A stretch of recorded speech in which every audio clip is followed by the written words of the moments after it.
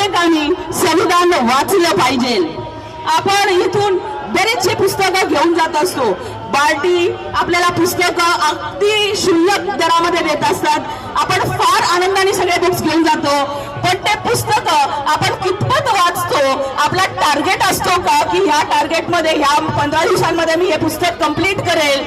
तर हा टार्गेट आपण ठेवत नाही, कारण की आपण आज 6 डिसेंबर मध्ये इथे आल्यानंतर ज्यावेळेस आपण घरी जातो त्यानंतर आपण आपल्या पुन्हा रुटीन लाईफला लागतो आणि आपण पुस्तकं वाचण्याकडे दुर्लक्ष करतो।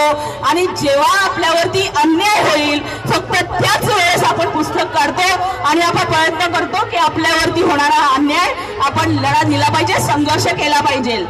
आज महापरिनिर्वाण दिनाच्या निमित्त आपल्या प्रत्येक भगिनीने, प्रत्येक बांधवांनी हा निश्चय केला पाहिजे की इथून मी घेऊन जाणारा प्रत्येक पुस्तकाचं पान बाबासाहेबांसारखं वाचलं पाहिजे।